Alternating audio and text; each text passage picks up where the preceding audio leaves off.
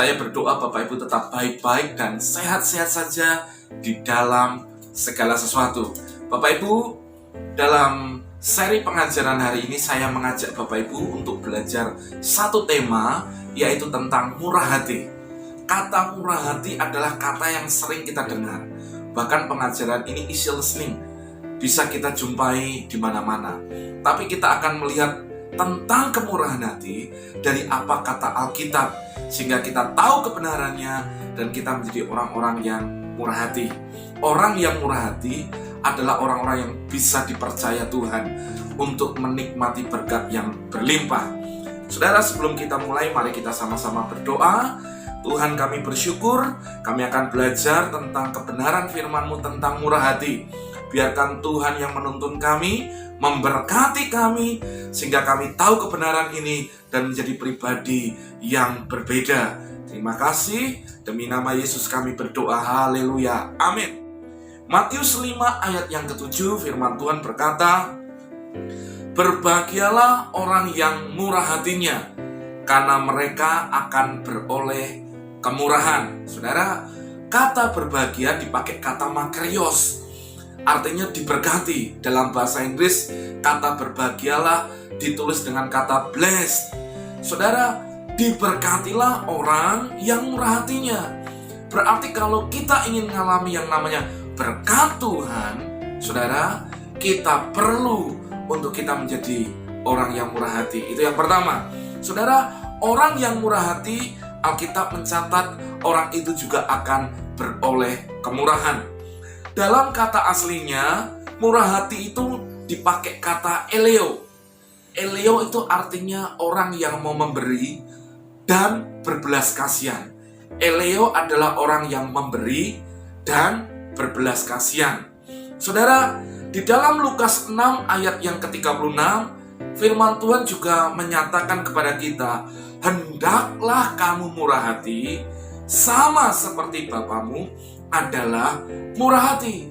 Berarti salah satu karakter dan sifat Bapa kita di surga adalah murah hati.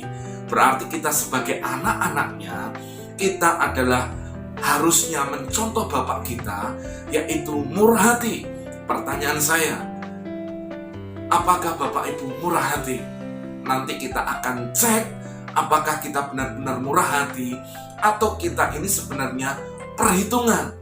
Saudara, murah hati adalah salah satu karakter ilahi yang harusnya dimiliki kita, orang percaya. Murah hati adalah sifat yang mau memberi dan berbelas kasihan. Murah hati tidak tergantung pada strata atau kedudukan sosial kita. Saudara, murah hati tidak tergantung pada masalah kaya atau miskin. Murah hati tidak tergantung pada masalah terpandang atau tidak. Murah hati tidak bergantung engkau memiliki atau tidak. Tapi murah hati adalah sebuah pilihan karakter sikap hati kita. Saudara, kita perlu melihat dan kita perlu terus menilik hati kita supaya hati kita menjadi orang-orang yang murah hati. Di dalam Lukas pasal yang ke-7 ayat 36 dan selanjutnya ada sebuah kisah, saudara. Perempuan yang mendatangi Yesus ketika Yesus ada dalam perjamuan makan. Nah, saudara, saya mau bacakan ini buat saudara. Saudara, nanti coba kita lihat, kita cek hati kita, apakah kita murah hati. Seorang Farisi mengundang Yesus untuk datang makan di rumahnya. Yesus datang ke rumah orang Farisi itu, lalu duduk makan.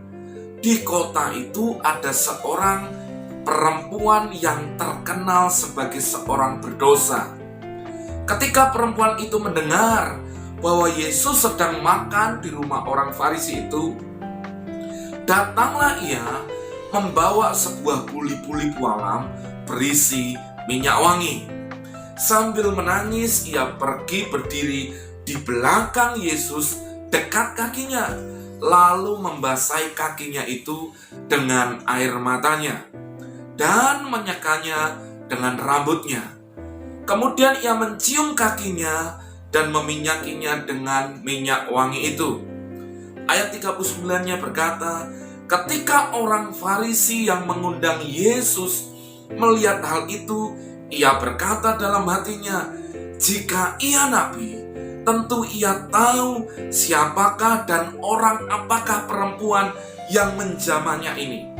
Tentu ia tahu bahwa perempuan itu adalah seorang berdosa. Perhatikan saudara, pada satu ayat yang sudah kita baca tadi, Yesus diundang makan oleh seorang Farisi. Saudara, orang Farisi adalah orang yang tahu akan Taurat. Dia tahu firman Tuhan.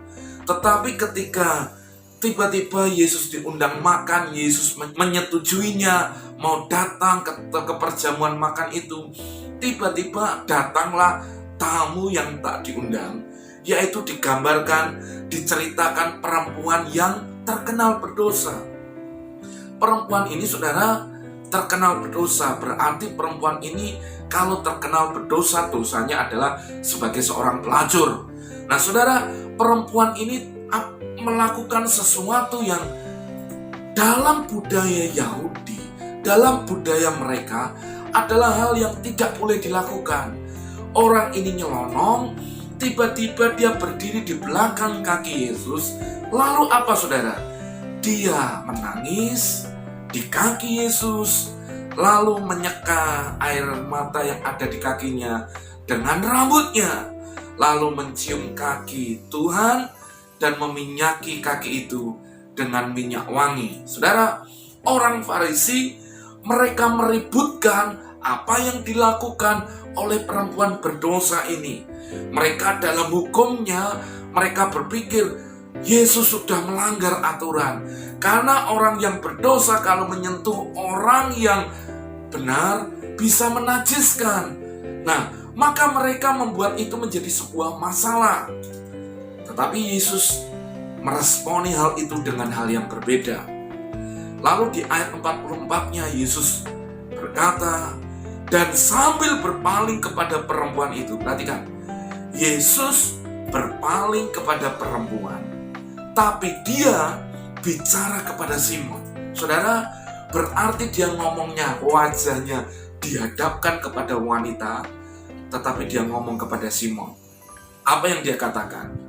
Engkau lihat perempuan ini, aku masuk ke rumahmu, namun engkau tidak memberikan aku air untuk membasuh kakiku, tetapi dia membasahi kakiku dengan air matanya dan menyekanya dengan rambutnya. Engkau tidak mencium aku, tetapi sejak aku masuk, ia tiada henti-hentinya mencium kakiku.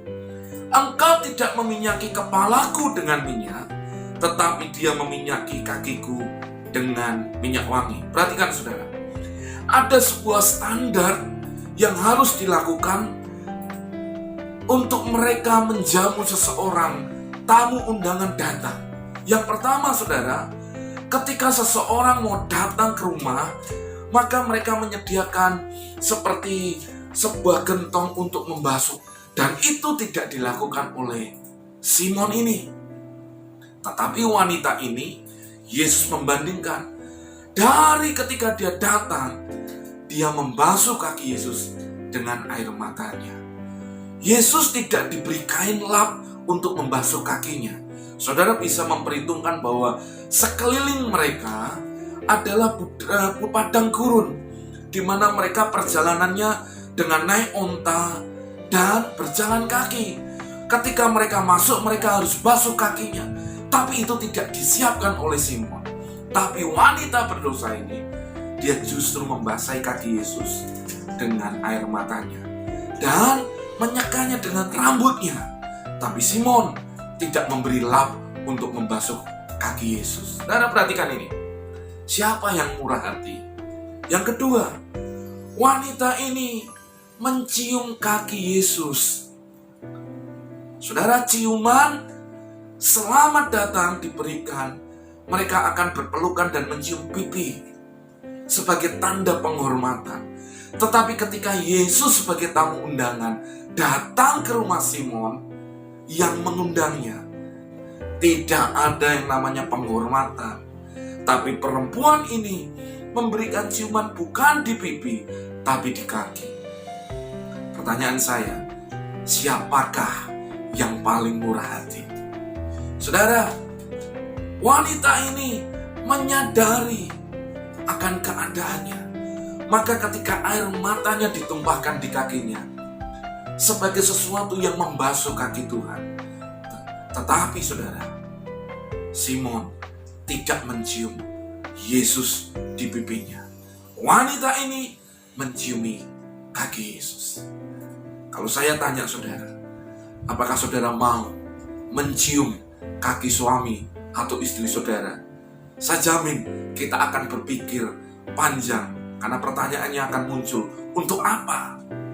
Saudara, tapi wanita ini dengan tulus, dia memberikan ciuman ke kaki Yesus, karena dia menyadari siapa dirinya. Lalu saudara, engkau tidak meminyaki kepalaku dengan minyak. Saudara, karena mereka perjalanan di padang gurun, karena ada panas terik yang menyengat, maka mereka harus mengurapi kepalanya dengan minyak, supaya mereka tidak sakit. Tetapi saudara, minyak wangi yang mahal harganya dari perempuan berdosa bukan ditaruh di kepala, tetapi ditaruh di kaki. Pertanyaan saya, siapakah yang murah hati? Saudara tidak pernah masuk kerja ke tempat kantor saudara. Saudara pakai baju rapi lalu pakai minyak wanginya yang disemprot kaki saudara. Betul kan saudara? Jadi saudara, kalau saudara merenungkan hal ini, yang satu tahu kebenaran, tetapi yang satu dianggap berdosa, justru Tuhan membuat sesuatu yang sungsang, yang terbalik. Yang tahu kebenaran justru tidak bermurah hati, yang dianggap berdosa justru memiliki sikap yang bermurah hati. Lukas 7 ayat 47 melanjutkan dengan berkata, sebab itu aku berkata kepadamu, dosanya yang banyak itu telah diampuni, sebab ia telah banyak berbuat kasih. Tetapi orang yang sedikit diampuni, sedikit juga ia berbuat kasih. Kalau saya mau turunkan dari kalimat ini dengan bahasa kita, saudara, karena wanita berdosa ini, dia menyadari dia berdosa, dia tidak layak. Justru ketika Yesus menerima dia, dia tidak diusir. Maka buah yang muncul adalah sikap kasihnya, sikap murah hatinya, karena dia merasakan dikasihi, dicintai oleh Tuhan, diampuni oleh Tuhan. Maka yang muncul adalah sikap murah hati. Nah, ketika dia murah hati, saudara, yang dimunculkan adalah dengan sikap-sikap yang tadi kita baca. Dia meminyaki kaki Yesus dengan air matanya, meminyaki kaki Yesus dengan minyak wangi, menyeka dengan rambutnya. Dia murah hati. Tetapi saudara, yang sedikit diampuni, sedikit murah hati. Kenapa? Karena dia merasa dia baik-baik saja. Saudara, perhatikan ini. Ada satu pasal di mana Yesus itu mengecam akan kemunafikan orang-orang Farisi dan ahli-ahli Taurat. Kenapa? Karena mereka merasa dirinya, mengukur dirinya lebih baik daripada orang lain. Tetapi mereka tidak hidup dalam kebenaran yang mereka tahu. Mereka tidak murah hati, saudara. Makanya saudara, kalau engkau menyadari siapa engkau, saya tahu kita ini adalah orang-orang yang terima banyak daripada Tuhan. Kita terima banyak kemurahan dari Tuhan. Maka sebenarnya buah yang harus muncul adalah kemurahan hati.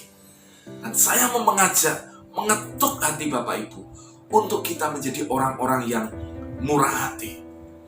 Saudara, betapa pengorbanan Yesus yang Yesus sudah lakukan di atas kayu salib sebenarnya membeli kita. Kita yang tidak layak, tapi Tuhan layakkan kita. Kita yang tidak benar dibuat benar.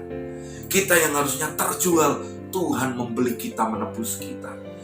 Betapa banyak yang kita terima, berkat, kemurahan, kebaikan baik secara rohani, materi, secara jasmani, harusnya hidup kita harusnya membuahkan kemurahan hati kepada sesama kita.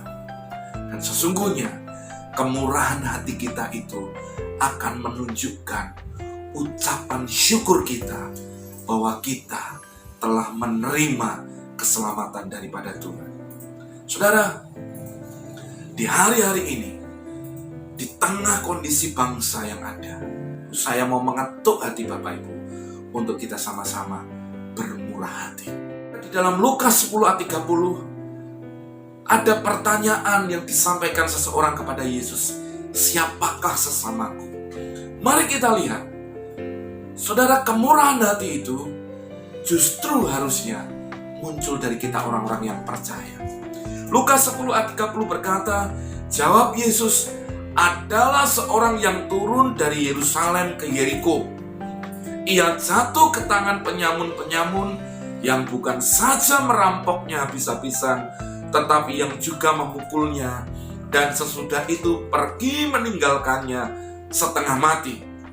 Kebetulan ada seorang imam turun melalui jalan itu. Ia melihat orang itu, tetapi ia melewatinya dari seberang jalan. Demikian juga seorang Lewi datang ke tempat itu ketika ia melihat orang itu melewatinya dari seberang jalan. Lalu datang seorang Samaria yang sedang dalam perjalanan ke tempat itu. Dan ketika ia melihat orang itu, tergeraklah hatinya oleh belas kasihan. Ia pergi kepadanya, lalu membalut luka-lukanya. Sesudah ia menyiraminya dengan minyak dan anggur.